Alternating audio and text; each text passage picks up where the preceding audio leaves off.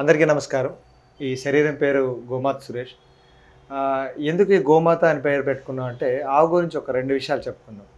సృష్టిలో చాలా జంతువులుంటాయి. ఎన్నో అది మాంసాహారులుంటాయి, శాకాహారులుంటాయి, జలచర జీవులుంటాయి, అండ్ నీటిలోని, భూమిలో నడిచేవి కూడా ఉంటుంటాయి. కానీ అందులో మనకి పనికొచ్చేవి, రెండోది మనతో స్నేహభావంగా ఉండేవి, రెండోది మన కస్టమైజ్డ్‌గా డొమెస్టిక్‌గా ఉండే యానిమల్స్ కొన్నున్నాయి. అలాంటి దాంట్లో గుర్రము, గాడిద, లేకపోతే ఆవు, మేక, గేదె ఇలాంటివన్నీ చెప్పుకొని వస్తున్నాం.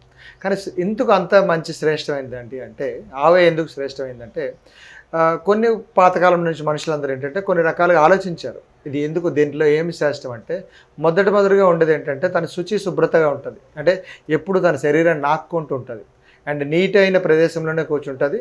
దానివల్ల ఏమవుతుందంటే తన శరీరంలో ఉండే పైన ఉండే రోమాలు కానీ అని నీట్గా పెట్టుకుంటుంది. రెండోది తినే ఆహారం కూడా స్వచ్ఛత ఉండాలి. ఏది పడితే అది వాసన వచ్చిందంటే తినదు. కొన్ని తన శరీరానికి డిజైన్ అయినవే తీసుకుంటూ ఉంటుంది. అందుకని మనుషులు ఏం చేశారంటే దాంతో ఎక్కువ స్నేహం చేసుకుంటారు. అండ్ తర్వాత కొంత జ్ఞానం పెరిగిన తర్వాత విజ్ఞానం పెరిగింది. ఆ పెరిగిన తర్వాత ఏంటంటే ఇందులో ఏమైతే పోషక విలువలు ఉన్నాయి, మనిషికి ఏదైతే కావాలని అవి చెక్ చేస్తారు. ఆ చేయడం వల్ల ఏమవుతుందంటే కొన్ని జంతువుల్లో ఏవైనా అడ్డమైనవన్నీ తినేస్తే, అంటే పనికిరానివన్నీ తినేస్తే అదేమవుతుంది, శరీరంలో పాడైపోయి తను చనిపోతుంది. కానీ దీనిలో ఏమవుతుందంటే ఏవైనా విష పదార్థాలు తిన్నా కూడా ఆ వదిలిన గోమూత్రంలో కానీ, పాలలో, పెరుగులో కానీ, పేడలో కానీ అసలు ఎటువంటివి విషపూరిత వస్తువులు లేవని గమనించారు కొన్ని సంవత్సరాలుగా. అప్పుడు ఇది సాక్రెడ్ యానిమల్ని తయారు చేస్తారు. అంటే దాన్ని పూజిస్తే దానివల్ల ఏమవుతుంది, ఆ మైక్రోబ్స్ అనేవి, మనం ఆ పేడలో ఎక్కువ మైక్రోబ్స్ ఉన్నాయి, అది భూమికి ఇస్తే బాగుంటుంది, అంటే భూమిలో సారం పెరుగుతుంది. అండ్ రెండోది దాని గోమూత్రం వల్ల ఏంటవుతుంది, కొన్ని చర్మ రోగాలు గురించి తగ్గుతున్నాయి, లోపల శరీరంలో ఉండే ప్రాబ్లమ్స్ తగ్గుతున్నాయని ఇంకో విధానం.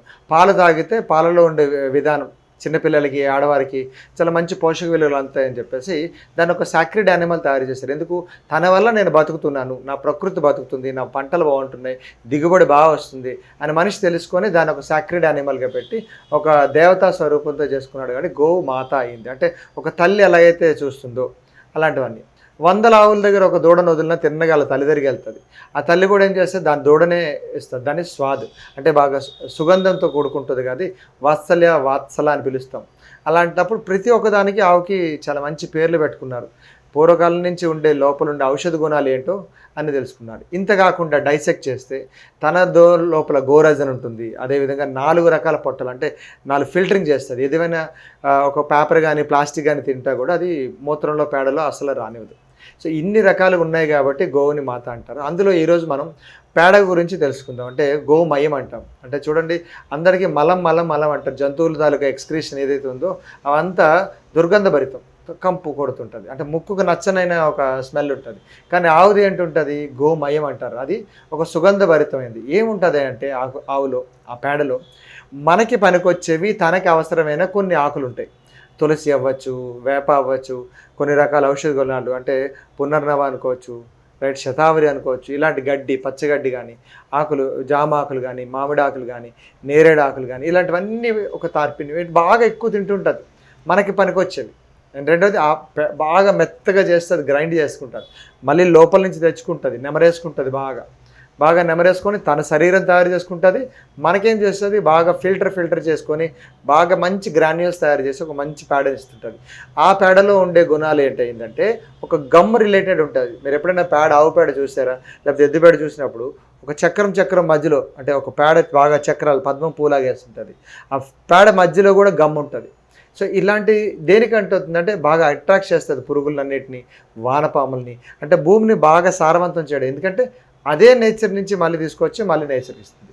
దీనివల్ల ఉపయోగాలు జనరల్గా అందరికీ పేడ అంటే ఓసారి ఆవుకి ఒంట్లో బాగోపోయినా, ఎద్దుకు ఒంట్లో పోయినా అది పుర్రుగా పోస్తుంది, అంటే నీరుగా వెళ్తుంటడం, అండ్ అది బాగా టైట్గా వెళ్ళడం, ఇలాంటివన్నీ జరుగుతూ ఉంటాయి. దాన్ని మనం ఏం చేస్తున్నామంటే ఏదైతే స్వచ్ఛంగా ఉంటుందో, లేకపోతే ఆరోగ్యవంతమైన ఉండే పేడ ఏదైతే ఉందో దాన్ని చర్మ సమస్యలన్నిటికీ మేము వాడుకుంటాం. అంటే ఎవరికైనా ఎగ్జిమా ఉంది, లేకపోతే దురదలు వస్తూ ఉంటాయి, తామర, గజ్జి లాంటివి కానీ, సొరియాసిస్ ప్రాబ్లమ్స్ ఉంటాయి, వీటన్నిటికీ ఏం చేస్తాం, ఆ పేడ మట్టి, అందులోనే మట్టి కలుపుకొని కొన్ని రకాల ఔషధ గుణాలు, అంటే చర్మానికి సంబంధించినటువంటి బావంచాలు కానీ, లేకపోతే మంజిస్తా కానీ, వేప నూనె కానీ, నల్ల నువ్వులు కానీ, ఇలాంటివన్నీ కలుపుకుంటూ మనం దాన్ని ఒక ముద్దలా చేసి, పేస్ట్లా చేసి లేపనంగా అది పెడతాం. కొంచెంసేపు ఆరిపోయిన తర్వాత రెగ్యులర్గా తీసుకున్నప్పుడు తగ్గుతూ ఉంటుంది.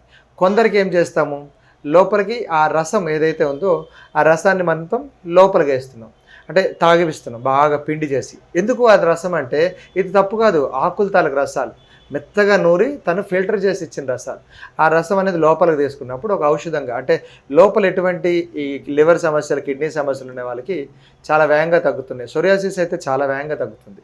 సో ఇవన్నీ మనం మనిషి శరీరాన్ని గురించి వాడుకోవచ్చు, మనిషి ఆరోగ్యం గురించి వాడుకోవచ్చు. మేము మా గోశాలలో ఏం చేస్తాం, అందరికీ చిన్నపిల్లలు కానీ పెద్దవాళ్ళు కానీ ఇలాంటి సమస్యలు ఉంటాయి, లేకపోతే బాగా ఒళ్ళు హెవీగా ఫ్యాట్స్ ఉన్నప్పుడు ఆ గోమూత్రం గోంపేడ కలిపేసి మంచిగా బాడీ అంతటికి ఒక బాడీ మసాజ్ చేస్తాం, అంటే బాడీకి లేపనంగా పెట్టుకొని మడ్ బాత్లా చేసుకుంటాం.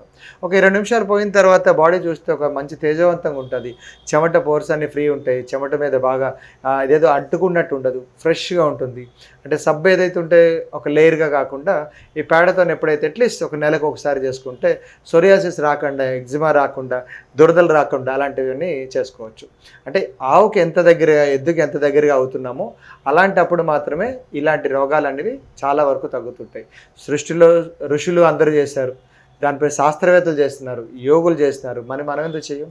అందుకే ఈరోజు నుంచి దగ్గరలో ఉన్న ఆరోగ్యమైన ఆవు లేకపోతే ఎద్దు ఏదైతే ఉందో దాని పేడ తీసుకొచ్చి నార్మల్గా పులుముకోండి, మెల్లిమెల్లిగా అలవాటు చేసుకోండి. చేసుకున్న తర్వాత మీ చర్మ సమస్యలు అన్నీ తగ్గుతాయి, శరీరం ఆరోగ్యవంతంగా ఉంటుంది, సో కూడా బాగుపడతాయి. నమస్కారం.